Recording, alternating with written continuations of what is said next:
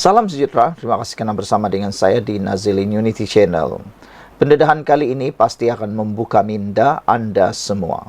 Dengarkan baik-baik daripada permulaan sampai akhir kerana Anda akan sebenarnya baru tahu rupa-rupanya ini berlaku terhadap Muhyiddin dan Hadi dan terhadap Walaun. Rupa-rupanya Walaun ini memang kuat berbohong. Pernah tak nampak Hadi Awang atau Muhyiddin berdialog dengan pelabur syarikat gergasi? Tesla tidak pernah janji buka kilang di Malaysia. Kenyataan rasmi Lembaga Pembangunan Pelaburan Malaysia atau MIDA pada tahun 2023 tidak sebut langsung nak buka kilang. Memang ada pelaburan masuk tetapi tiada atau tidak semesti bina kilang. Yang diumum MIDA, Tesla akan buka HQ dan pusat servis di Cyberjaya, bina stesen pengecas EV seluruh negara, bawa masuk model kereta model 3 dan model Y. Jadi yang berbohong hari ini sebenarnya ialah Walaun Perikatan Nasional PAS, bila dakwa kerajaan berbohong. Ini penyakit akhir zaman yang Nabi dah ingatkan, iaitu pembohong dianggap benar, yang benar dianggap bohong. Lebih hairan lagi, kenapa perlu Walaun seronok, terlalu seronok, bila Tesla batal bina kilang di Thailand, Malaysia dan Indonesia. Itu kan hal yang merugikan rentau ini. Munasabahlah. Munasabah bila Menteri jawab tanya Tesla. Kerana berita dilaporkan itu bukan kenyataan rasmi Tesla, tetapi dari sumber yang tidak dinamakan. Ada yang kata padan muka Perdana Menteri X dan Tengku Zafrul susah-susah buat video conference dengan Elon Musk, tapi apapun tak dapat. Paling penting kerajaan bekerja kuat, berlari ke sana sini, berjumpa dan tarik pelabur. Dan itu wajar dipuji. Hasilnya, jumlah pelaburan terbesar dalam sejarah diluluskan tahun 2023 ialah sebanyak 329 bilion ringgit Malaysia. Prestasi ringgit 6 bulan terkuat di Asia pun kerana pelaburan masuk. Takkanlah Menteri-Menteri Perikatan Nasional PN, PAS dan Duta Khas yang goyang kaki makan gaji buta waktu tebuk atap itu lebih baik. Pernah nampak Haji Hadi atau Muhyiddin Jana Wibawa berdialog dengan pelabur-pelabur syarikat gergasi? Usaha bermati-matian ini tujuannya supaya rakyat dapat pekerjaan dengan baik, yang lebih baik di samping latihan dan kemahiran baru yang dapat diajar. Tak ucap terima kasih pun, janganlah pula hina. Ini hina lagi. Bila Tesla masuk ke Malaysia, itu satu promosi penting menarik syarikat gergasi lain datang melabur ke Malaysia.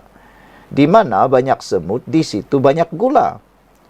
Kehadiran Tesla akan bantu bangunkan ekosistem EV di Malaysia, antaranya pusat servis dan baiki, pemasangan dan selenggara stesen pengecas EV.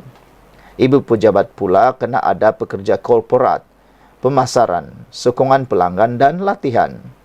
Supply chain alat ganti EV. Bukankah semua ini wujudkan perniagaan, pekerjaan dan kemahiran baru untuk rakyat kita? Mana-mana perniagaan dalam dunia ada pasang surut. Waktu tengah sedap dikembangkan, waktu mencabar dibuat strategi baru. Keadaan pasaran cepat berubah.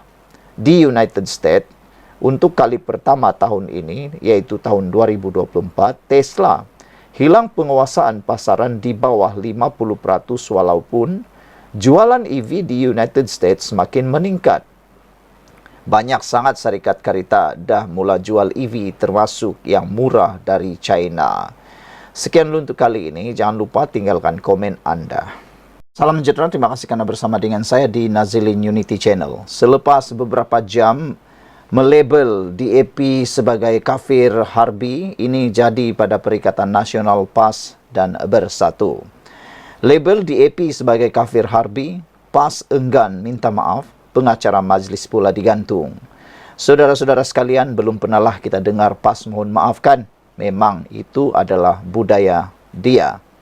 Susulan kebiadaban pengacara Majlis PAS yang melabel DAP sebagai kafir harbi, Perikatan Nasional PN dilaporkan telah pun menggantung sementara individu tersebut daripada terbabit program ceramah kempen pilihan raya kecil PRK Dun Nenggiri.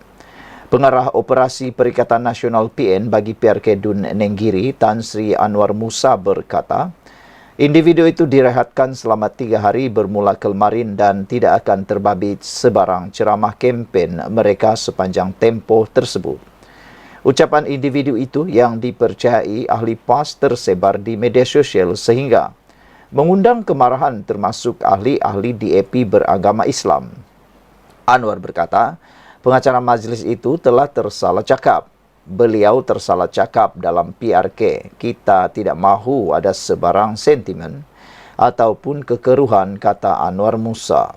Justru, Setiausaha Agung PAS Datuk Seri Taqiyuddin Hassan memaklumkan kepada saya bahawa kita meminta orang kita bertenang dan itu menjadi peringatan kepada yang lain-lain. Kita akan kekal berkempen dengan cara penuh beretika termasuk oleh penceramah dan juru acara, katanya kepada media selepas ceramah kempen Nenggiri malam tadi. Semalam DAP melalui Sahrezan Johan, Yong Safura dan Sheikh Umar mendesak agar satu permohonan maaf dibuat kepada ahli-ahli DAP beragama Islam kerana tuduhan melampau melabel mereka sebagai kafir harbi. Ucapan yang dianggap menyebarkan pengaruh takfiri itu tidak sepatutnya berlaku. Bagaimanapun Anwar berkeras untuk tidak memohon maaf kerana menurutnya ia adalah pendapat individu dan bukan pendirian parti. Beliau juga mengaitkan dengan ucapan timbalan Perdana Menteri Datuk Seri Zahid Hamidi yang tersasul menyebut hidup Israel dalam satu himpunan baru-baru ini. Pemimpin Barisan Nasional BN yang tersasul menyebut hidup Israel pun masih lagi memegang jawatan, katanya balik. Saudara-saudara sekalian, itu adalah apa yang berlaku kepada PAS dan Perikatan Nasional selepas seorang daripada ahlinya telah pun mengatakan bahawa DAP adalah kafir harbi dan enggan pula PAS memohon maaf. Sila tinggalkan komen anda untuk isu kali ini. Apa pendapat anda untuk isu kali ini? Kita jumpa lagi. Salam sejahtera. Terima kasih kerana bersama dengan saya di Nazilin Unity Channel. Persoalan paling penting malam ini. Adakah Ayub Khan disebut-sebut bakal jadi ketua pesuruh JSPRM baru? Wah, sebenarnya kalau anda tanya saya setuju atau tidak kalau Ayub Khan menjadi ketua SPRM yang baru, saya sangat setuju. Anda tahu atau tidak, Ayub Khan merupakan ketua ataupun timbalan ketua polis negara yang amat-amat disegani dan sangat berintegriti. Beliau sudah menunjukkan betapa beliau menjalankan tugas tanpa memilih bulu dan ditakuti oleh penjenayah. Selain daripada itu, integriti Tuan Ayub Khan ini bukan calang-calang. Beliau memang sangat hebat sejak beliau menjadi, kalau tak silap saya dulu dia ialah ketua polis untuk negeri Johor. Sekarang dia sudah jadi timbalan ketua polis negara. Memang lantang, berani dan memang tidak memilih bulu. Siapa saja akan kena kalau dia jadi ketua pesuruhjaya SPRM. Saya setuju dan saya harap berita ini betul-betul jadi kenyataan. Spekulasi ini benar-benar jadi kenyataan. Kalau Ayub Khan menjadi ketua pesuruhjaya SPRM, matilah semua orang yang pemberi rasuah dan penerima rasuah. Dan saya jangkakan masalah rasuah di Malaysia akan dapat ditangani dengan lebih baik. Dan orang tidak akan berani lagi buat barah kanser yang dipanggil rasuah ini. Timbalan Ketua Polis Negara Datuk Seri Ayub Khan Maidin Piche disebut-sebut bakal dilantik sebagai Ketua Pengarah Suruhanjaya Pencegahan Rasuah Malaysia SPRM baharu bagi menggantikan Tan Sri Azam Baki apabila tamat kontraknya. Kabar angin semakin kuat tersebar apabila Ayub Khan dilihat bercakap soal rasuah sejak kebelakangan ini. Jika benar negara bakal melihat Perubahan besar-besaran dalam pentadbirannya selepas lantikan Ketua Setiausaha Negara baharu yang bukan dalam lingkungan utama pentadbiran negara.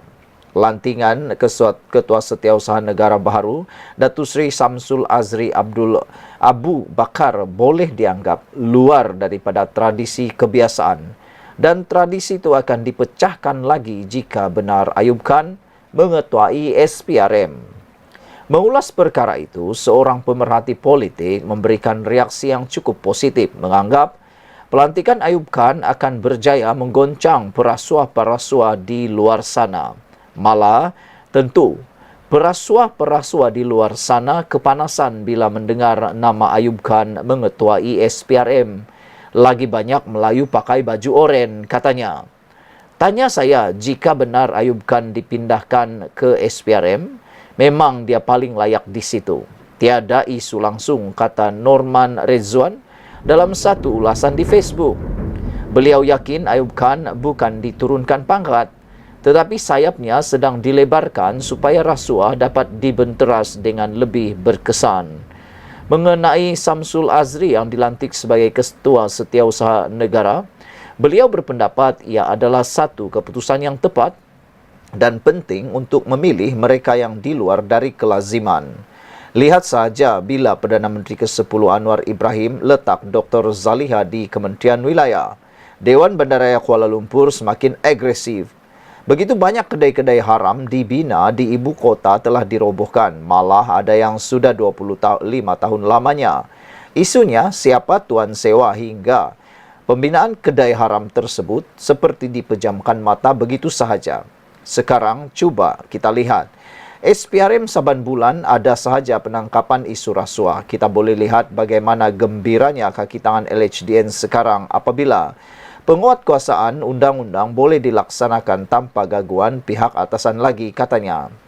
Polis Diraja Malaysia PDRM juga tidak kurang hebat apabila saban minggu mengadakan operasi khas serbuan pusat hiburan. Katanya lagi, apabila negara mempunyai seorang Perdana Menteri yang benar-benar mahukan lakukan reformasi, kaki tangan awam mudah melakukan kerja mereka. Percayalah, negara kita akan berjaya. Negara kita akan jadi negara yang hebat di mata dunia. Beri Anwar Ibrahim 10 tahun, katanya lagi.